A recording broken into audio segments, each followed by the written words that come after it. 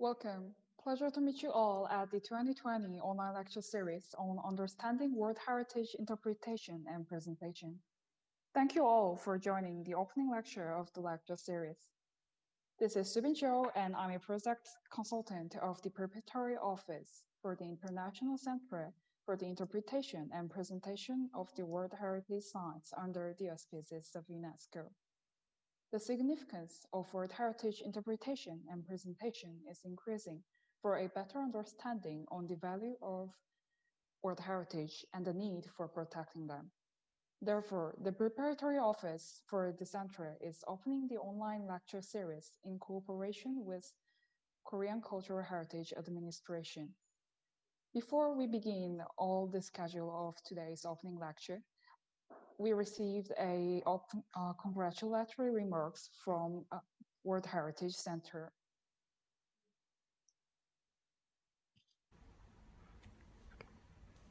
Dear Mrs. Deok-sun Kim, Chief of the Preparatory Office, ladies and gentlemen, I'm very pleased to be able to send to you this message from UNESCO on the occasion of the launch of the online lecture series Understanding World Heritage Interpretation and Presentation, organized by the Preparatory Office of the International Center for the Interpretation Presentation of World Heritage Sites in Sejong, Republic of Korea.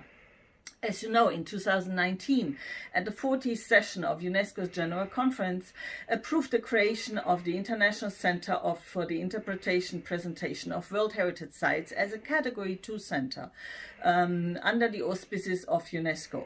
This followed a thorough evaluation process carried out through an excellent and effective cooperation between UNESCO, the Republic of Korea, and international experts.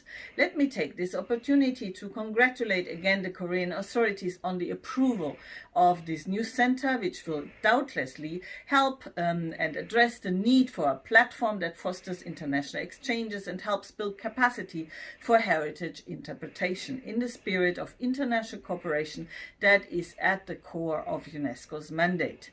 The lecture series launched today is fully aligned with the main objectives of the new center, and I'm certain that the introductory lecture on heritage interpretation by Mr. Neil Silberman of the University of Massachusetts, Amherst, will provide a fruitful starting point for your reflections on this crucial topic for our shared heritage. I'm also very happy to see that this event takes into consideration the recommendations made during the evaluation process, and notably the importance of strengthening the international dimension of the center, its scholarly approach, and the involvement of diverse stakeholders. Dear participants, I understand that the International Center for the Interpretation and Presentation of World Heritage Sites will gradually become operational over the next year, and I want to extend my very best wishes for success in this endeavor. I would also like to acknowledge the commitment of the Republic of Korea to ensure that preliminary activities of this Category 2 Center can be launched in the exceptional context that we are facing today. With the many ramifications of the COVID-19 pandemic, this year has led us all to rethink our working methods and our ever-growing need for connection, knowledge sharing, and cooperation in the digital realm. I'm very pleased to see that this first lecture series involves experts from many countries who can share their insights with a wide audience that is not limited by distance of their ability to travel. I find it heartening that in such difficult times, new initiatives can be launched and existing projects adapted to our new realities, providing once again the crucial importance of World Heritage for many people across the world. I look forward to our close cooperation together with the advisory bodies on achieving the most crucial goal of our convention, to pass the World Heritage properties on to future generations in the best possible conditions and with the most thorough understanding of their role, not only for local and national histories, but also for the universal value of humanity as a whole. Let me conclude by extending the World Heritage Center's warmest congratulations on the launch of this lecture series, and I wish you all the best for the development of the International Center in Sejong. Thank you very much. Thank you. We appreciate for your warm welcoming remarks. This was the welcoming remarks from the Director General of World Heritage Center of UNESCO. And We're gonna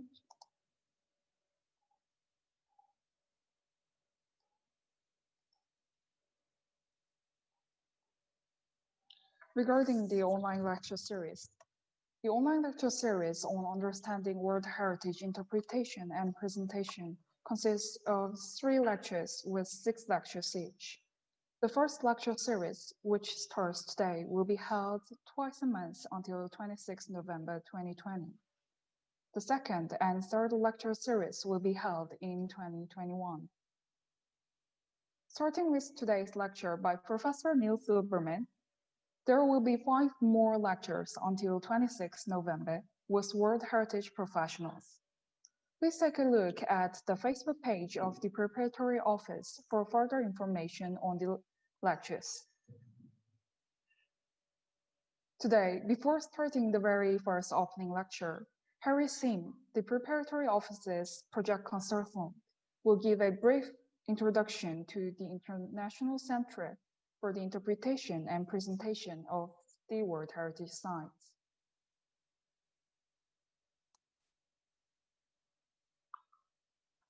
Hi, my name is Harry Shim. I'm a project consultant for the Preparatory Office for the Center.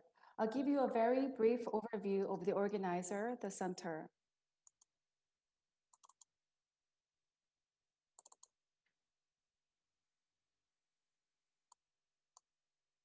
Okay, this is the Preparatory Office for the International Center for the Interpretation and Presentation of World Heritage Sites under the auspices of UNESCO.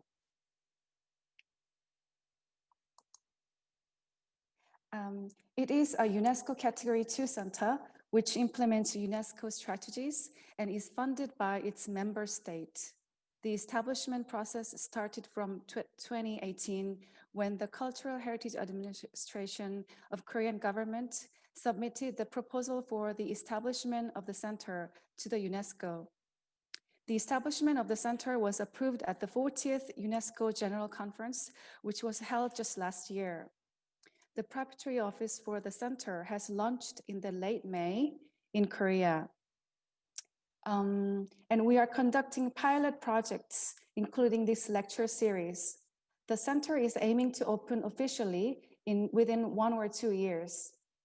The 2 of the overarching purposes of the center are enhancing public understanding and appreciation of the World Heritage and seeking peaceful solutions for conflicts the World Heritage is encountering. Last but not least, the key functions of the organization. The center will conducting research on the principles of World Heritage interpretation and building database for materials on World Heritage sites. The center is also going to be developing capacity building programs, which will lead to raising awareness and cooperation and networking on the subject of heritage interpretation. So the very brief introduction of the center ends here. Thank you very much for your attention. Thank you. Now, before we start today's lecture, if you have any questions about the lecture, please leave comments on our YouTube or Facebook's live streaming video. We will have time for questions after having the lecture. Now, I would like to give a brief introduction to our lecturer, Professor Neil Silberman.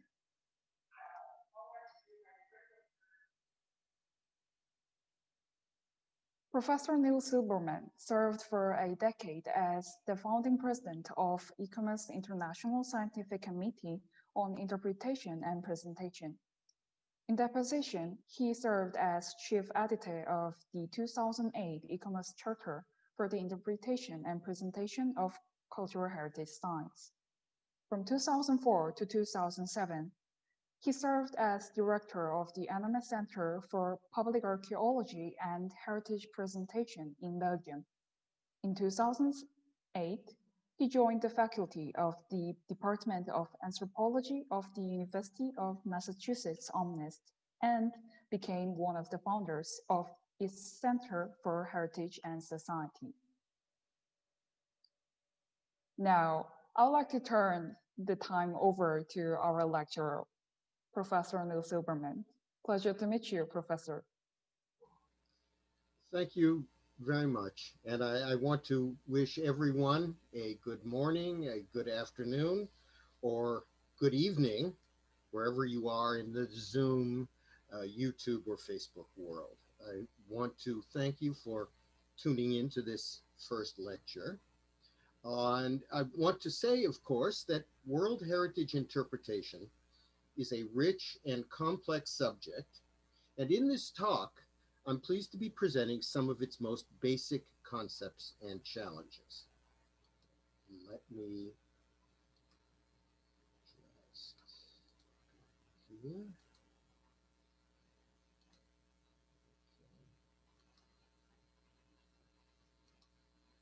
Great. I'm confident that the other distinguished lecturers in this series will expand and deepen the concepts that I'm going to present in the coming weeks and months.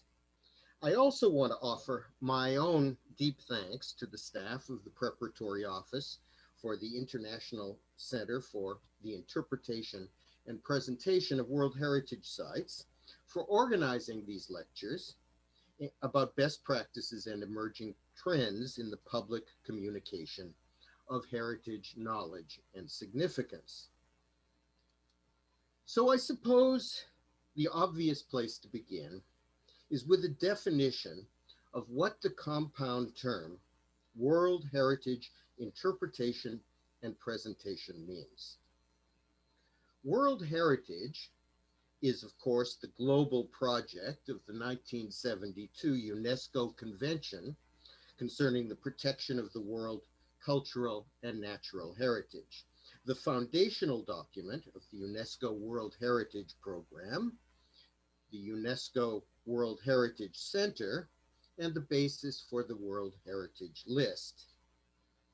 Together with the convention's operational guidelines, namely the detailed rules for the nomination, inscription, management, and monitoring of the now 1,121 World Heritage Sites in 167 countries, these two basic texts set out the process of World Heritage nomination, inscription, and management. But they offer only a very general indication of what interpretation and presentation mean. Article 4 of the World Heritage Convention, for example, declares that each state party, that is, nation that has signed and ratified the convention, recognizes the duty of ensuring the identification, protection, conservation, presentation, and transmission to future generations of the world's cultural and natural heritage. But nowhere else in the convention text is the term presentation further defined. The operational guidelines use the terms interpretation and presentation more or less interchangeably, generally equating them with the public explanation of World Heritage Sites. So what exactly is the differentiation between the two terms? ICOMOS, the International Council for Monuments and Sites, is one of the recognized professional advisory bodies to the World Heritage Committee, and ICOMOS's 2008 Charter for the Interpretation and Presentation of Cultural Heritage Sites offers a somewhat clearer distinction. In the Charter's definitions, the term presentation denotes the carefully planned public communication of heritage information through the arrangement of physical access, visitor pathways, guided tours, and infrastructure such as informational panels, multimedia kiosks, and sometimes even elaborate visitor centers. As such, presentation is a largely one-way mode of communication in which visitors are offered authoritative information presented by experts. Now, as I mentioned, the term interpretation is often used as a synonym for presentation, but the ICOMOS Charter makes an important distinction. In contrast to its definition of expert-designed presentation, it characterizes interpretation as the full range of potential activities intended to heighten public awareness and enhance understanding of cultural heritage sites, including community activities, participation in discovery, special events and celebration, and evaluation of the interpretation process itself by everyone involved, visitors and experts alike. What distinguishes the two is the role of the visitors in the process. In presentation, they are, for the most part, passive consumers of information. In interpretation, they are interpreters themselves. They are active participants in the formulation of a site's significance. Why would this distinction be made? In fact, in the world today, there are clearly two quite different approaches to the public communication and involvement of the general public at cultural heritage sites. Now, to return to the issue of presentation, the classic exposition of expert-driven heritage communication was written by a United States Park Service official, Freeman Tilden, in 1957. Tilden himself used the term interpretation, but at the heart of his theoretical vision were 6 guiding principles, each of which stressed the central role of the heritage guide. These principles included a creative communication style, the ability to spark the visitor's imagination about the significance of the site, and awareness of the cultural or educational level of any group of visitors, and the appropriate tone with which they should be addressed. Later followers of Tilden expanded the number of principles to modernize them for 21st century audiences, but the goal of one-way discourse from the guide to his or her listeners remained exactly the same. And it had a very specific purpose. Tilden urged that not only aesthetic and historical information be communicated, but also a conservation ethic as well. Through interpretation, he wrote, understanding. Through understanding, appreciation. Through appreciation, protection. This was Tilden's much quoted dictum, which has served as a guiding motto of heritage interpretation and presentation, and the global profession that it has spawned. This traditional top-down approach to heritage communication has definite educational value, but it also has several drawbacks for the multicultural era in which we now live.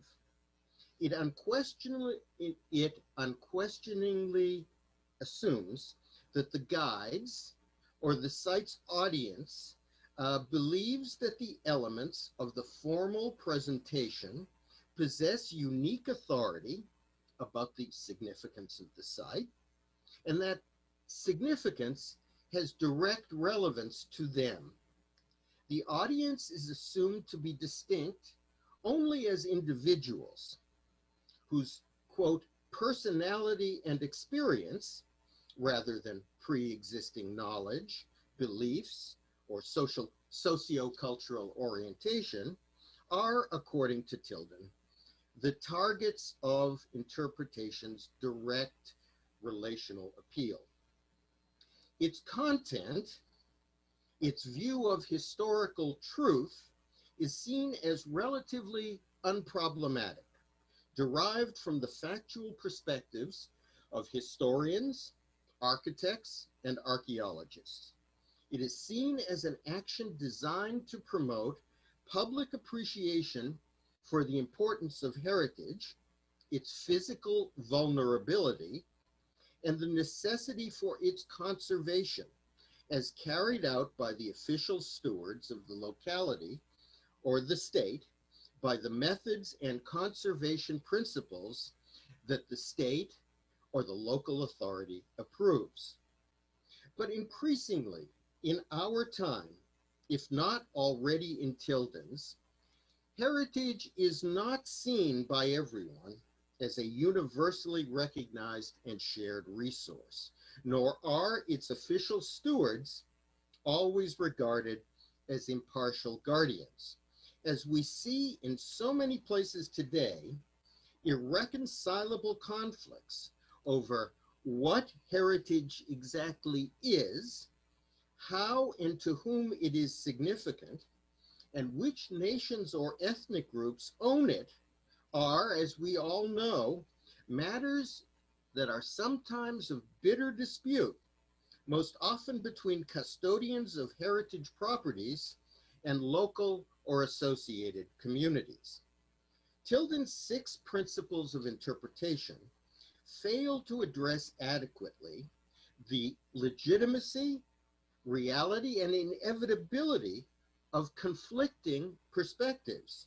Among the many examples that could be cited are the contested history of Jerusalem, political controversies over the Kasubi tombs in Uganda, the destruction of the Buddhas of Bamiyan, or the conflict between Hindus and Muslims over the religious primacy at Ayodhya in India.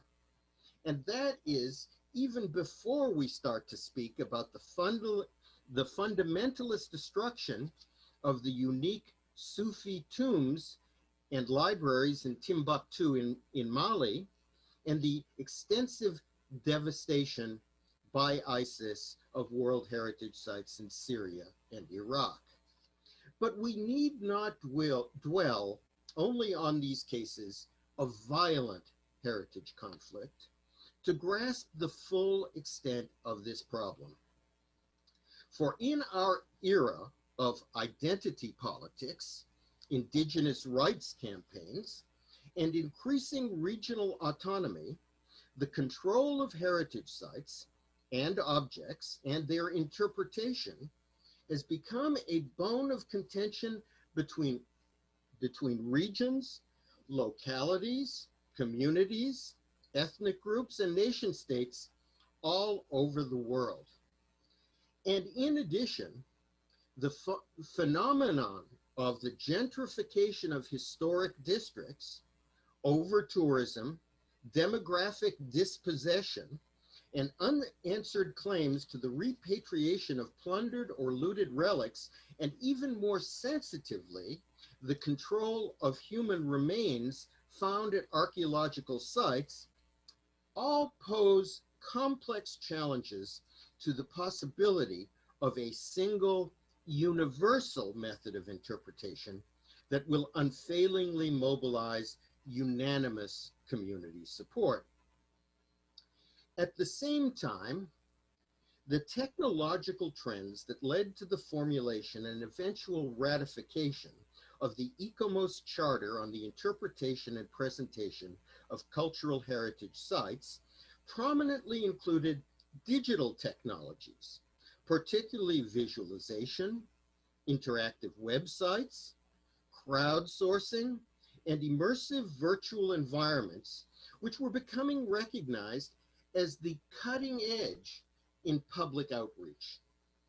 It was also a time when policy initiatives, such as the Bura Charter of ICOMOS Australia, UNESCO's recommendation on historic urban landscapes, the Council of Europe's Faro Framework Convention, all were establishing the principles of public rights and responsibilities in the conservation and interpretation of heritage sites. These two elements, the increased online dissemination and technology of heritage information, and the enhanced role of all stakeholders in creating heritage content as well as consuming it, created the conditions for a new approach to interpretation within wide sectors of the international heritage community. The aim was to supplement the exclusive authority of the professional guide or interpreter with a collaboration with stakeholders, adding new people, new voices, and new themes into interpretive discourse. Professional interpreters and educators will not, of course, ever disappear from the heritage landscape, but their expertise will, I suspect, be primarily on the transfer of empirical and technical information. The ICOMOS Charter expressed the hope that the engagement of local and associated communities in interpretation would empower them to express aspects of local and regional identity and understanding, even family memories and associations that are not included or even regularly considered in the statements of outstanding universal value of every World Heritage Site. As we all know, especially in the case of World Heritage Sites, there is much more at stake in effective presentation and interpretation than public education, support for continuing conservation initiatives, or even community empowerment. Even now, in this time of COVID, international development agencies continue to encourage hard-pressed regions to take advantage of their heritage resources as engines of economic development whenever public health considerations will allow tourism to resume. All too often, however, and this is an important point to keep in mind, increasing tourist numbers and the desperate quest for economic benefit can turn a heritage site or historic district into a local industry in which the message conveyed to arriving visitors may sometimes just reflect what the community and site managers hope that the visitors will like. It may be useful to examine more deeply the processes of community participation in heritage interpretation. Yes, we now understand that visitors to a World Heritage Site are not simply passive receptors of expert perspectives. We also understand that local communities are not just faithful bearers of tradition. In places and times of uneasy multicultural coexistence, no interpretive presentation can ever be sure that the audience has correctly understood or even remember all the dates and names that the interpreter mentioned. What I'm suggesting is a far more important role for the members of the local community at World Heritage Sites, and indeed at all heritage sites everywhere. As an ongoing process, every party to this interaction will try to respond or fill in the gaps and unspoken assumptions of the others, to call to mind issues of significance that others have ignored or omitted. Expert analysis could combine in creative ways with local lore, artistic creativity, children's drawings and neighborhood photos and smartphone videos to express an ever-deepening representation of the site's significance. For without the essential involvement of the community, enriching the interpretation of a World Heritage Site, even its most slickly designed visitor centers and multimedia applications will lack roots among the local population, which is, of course, the only group that can ensure the site's long-term sustainability as a place of significance. As noted in UNESCO's 2013 Hangzhou Declaration, culture must be placed at the center of all plans for sustainable development. Culture and cultural heritage in this perspective is a way of seeing, a way of perceiving values and ethics, not merely a collection of venerated buildings, landscapes, and things. In this regard, we must look beyond traditional methods of communicating heritage significance to consider community involvement in heritage interpretation to be a profoundly important public activity. Its place in public discourse, conversation, debate, and discussion are no less important than other debates about social policy, development issues, or immigration restrictions, all of them based on an evolving consensus of past, present, or future local and national identity.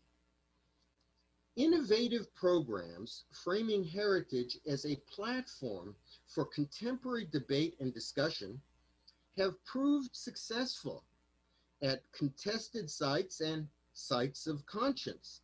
But in all heritage sites, the widening and deepening of heritage interpretation from a transmission of specialized knowledge to the revitalization of collective memory and collective cultural creativity can have tangible benefits for everyone who manages, visits, or even lives in the vicinity of a World Heritage Site. I would be remiss if I didn't mention another kind of community engagement. For a community that has been systematically excluded from full participation in the overwhelming majority of the 1,121 current World Heritage Sites. This community is not restricted to a certain location, and its cultural traditions are as varied as the cultural diversity of the world. I'm speaking of the people who were once branded as disabled, but are now seen as fully human and entitled to the same rights of those with mobility, vision, hearing, and other cognitive abilities shared by the majority. All too often, when interpretation is offered to the community, it is seen as a distinctly secondary service to give those people with disabilities at least something to remember, be it braille strips on interpretive panels or the use of elevators, handrails, and ramps. As UNESCO itself has acknowledged, this community is growing rapidly as the people of my generation, the great baby boom demographic bubble, reaches the age where, frankly speaking, mobility, sight, hearing, and other senses just aren't what they used to be. Certainly, there is some limit to the physical infrastructure for people with mobility impairments that can be installed in a World Heritage Site where the integrity and authenticity of architectural fabric and surrounding landscapes is a sine qua non. But here too, I think, a new paradigm of heritage interpretation can help serve the community and enhance the heritage experience for everyone. At present, site interpretation is overwhelmingly visual, but other senses are also involved. In fact, most of us have gotten used to overworking our visual sense so that it might be surprisingly enlightening to experience heritage sites through a variety of sensory impressions without the idea that listening, touching, tasting, and hearing soundscapes are merely for persons with handicaps or for kids. I am by no means suggesting that heritage interpretation become nothing more than wild free association by every group, faction, or community. But together with the scholarly factual information that heritage professionals can provide, new approaches to ever more inclusive interpretation may help us all to benefit from a more holistic understanding of what world heritage, all heritage, can mean. In our age of mass movements, social upheavals, demographic, economic, and technological changes, Freeman Tilden's motto should be replaced by a new one that reflects the ongoing paradigm shifts. Process, not product. Collaboration, not passive instruction. Memory community, not heritage tourism audience. And the relationship between communities and World Heritage sites could, and maybe even should, benefit more widely from the tools of engagement, inclusiveness, and empathy. Thank you very much.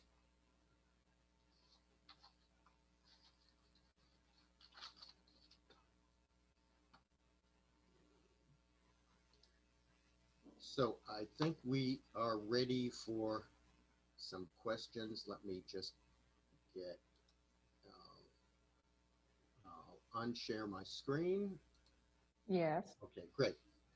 Thank you. We appreciate for your lecture, Professor. Thanks to you for the inspiring lecture. I hope all the audiences have a clear insight of heritage interpretation by following its history and the relationship between interpretation and presentation. I think it was a great opportunity today to share the idea of the concept of heritage interpretation and presentation, since both contain too vague and broad meaning to understand clearly. And now, as you said, then our audiences left questions on the lecture today. Among those questions, we would like to choose 2 to 3 questions due to lack of time. And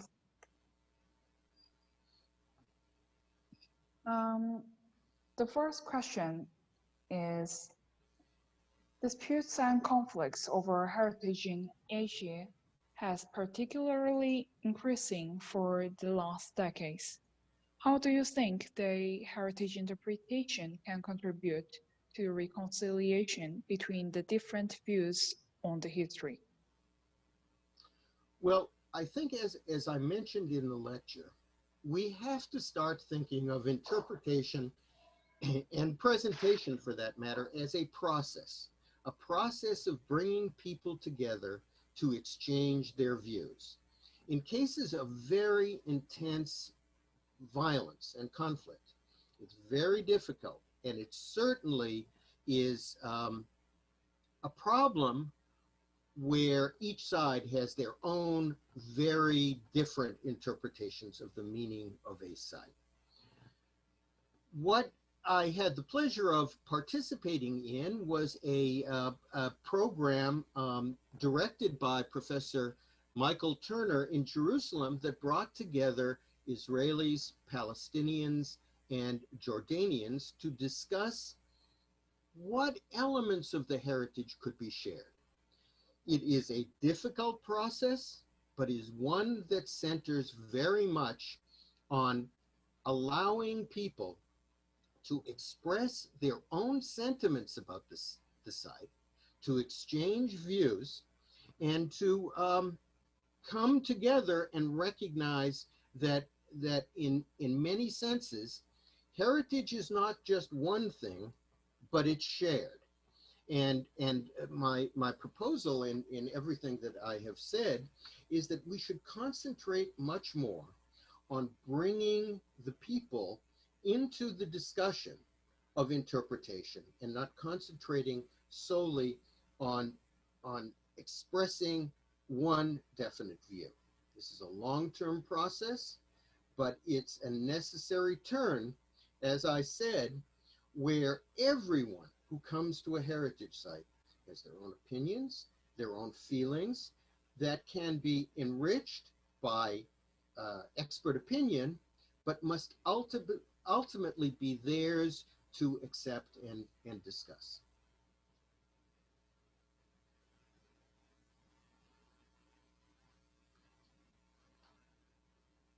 Yeah, I forgot to unmute my microphone.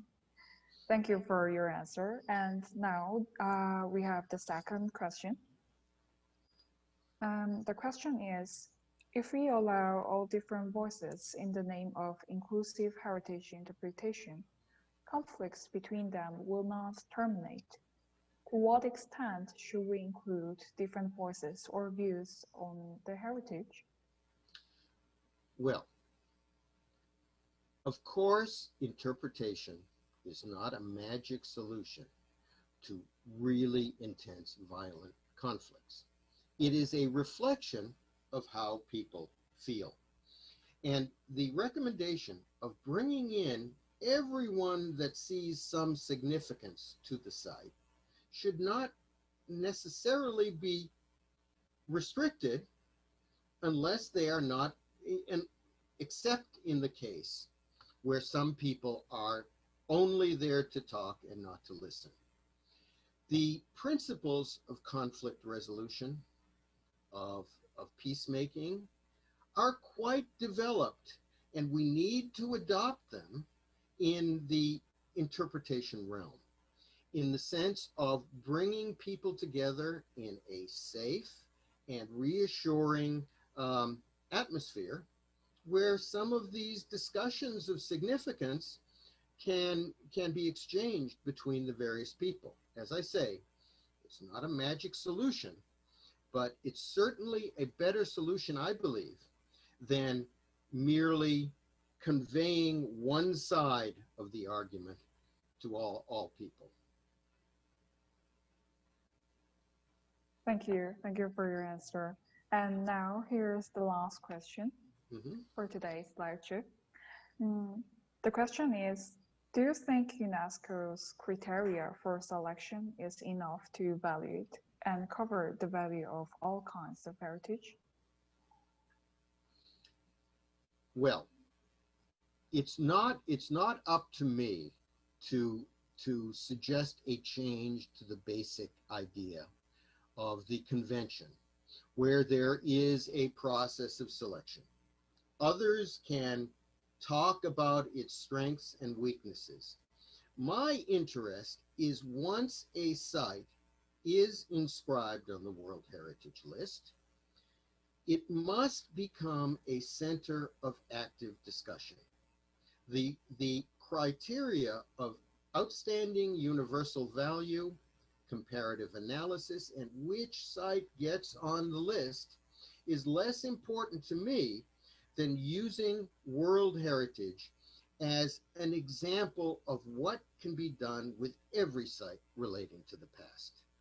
A close friend and colleague, Gustavo Arauz, the former president of ICOMOS, suggested that perhaps sometime in the future, the criterion for selection of World Heritage sites should be at least partially based on the involvement of the community in its conservation and interpretation.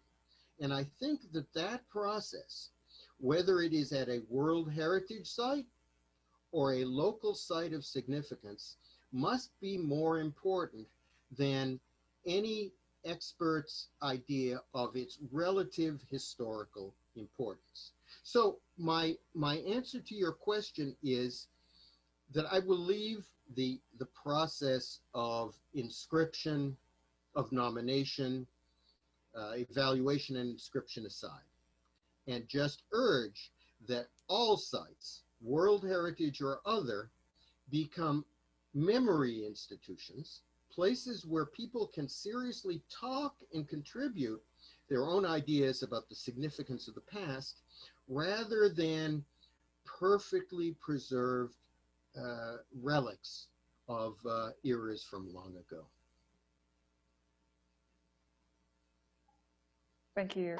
And just one more question. Sure. Not a hard one, I hope.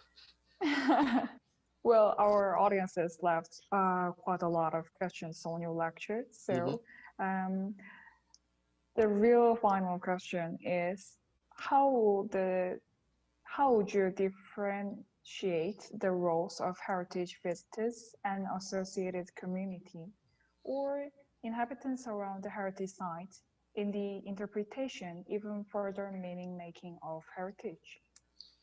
Yes. Well, obviously, people that live around a World Heritage Site or any heritage site, or those who are associated with it through religious connections, ethnic connections, and so forth, obviously have a greater stake in formulating their own identities and the meaning of their identities, issues of tolerance of other identities, than, let's say, general visitors. Now, because of our strange COVID situation right now, visitors are, at least right now, increasingly local. So there's a much greater proportion of people who visit sites who are from more or less the same area. But even visitors who come from far away, international, who don't really know much about the site, also have opinions that can be useful to everyone about certain periods of history and how they are significant, what they have learned. The great example of this really is the Lower East Side Tenement Museum in New York, which is dedicated to the principle of immigration. And after the tour of the tenement house, the apartment house where for generations, even for more than a century, immigrants from all over the world have come, the visitors are invited down to a kitchen for what they call a kitchen conversation. And the interpreter asks the people, serves them tea and some cookies, and asks them about their opinion of the tour. What ideas were especially important? What are their own memories of their immigrant ancestors? And inevitably, the discussions are really always, in a way, the most interesting part of the whole visit, where the visitors are no longer just listening to the guide, but they are participants in the significance to them of the heritage site. Thank you. The answer to the last is really interesting word. And oh, there's another question. I'm here. I will answer all questions. I guess this is the last question for today's lecture.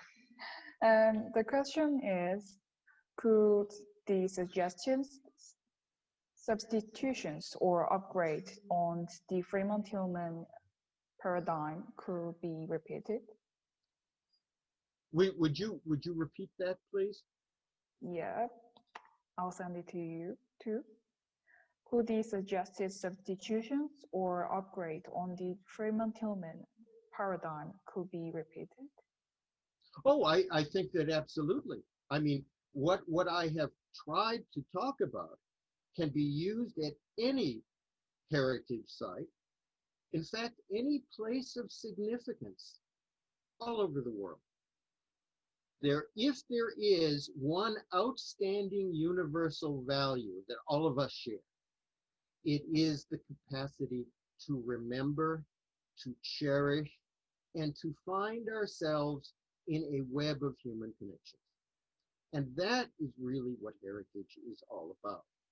And I think that it would be fascinating for more people in more sites all over the world to experiment with some simple techniques that I just briefly mentioned about allowing young people to go out with smartphones or cameras and take pictures of what they think is most important, to have oral histories recorded also from smartphones, which are so widely dispersed, that can be a way of linking generations between older people who younger people generally don't listen to.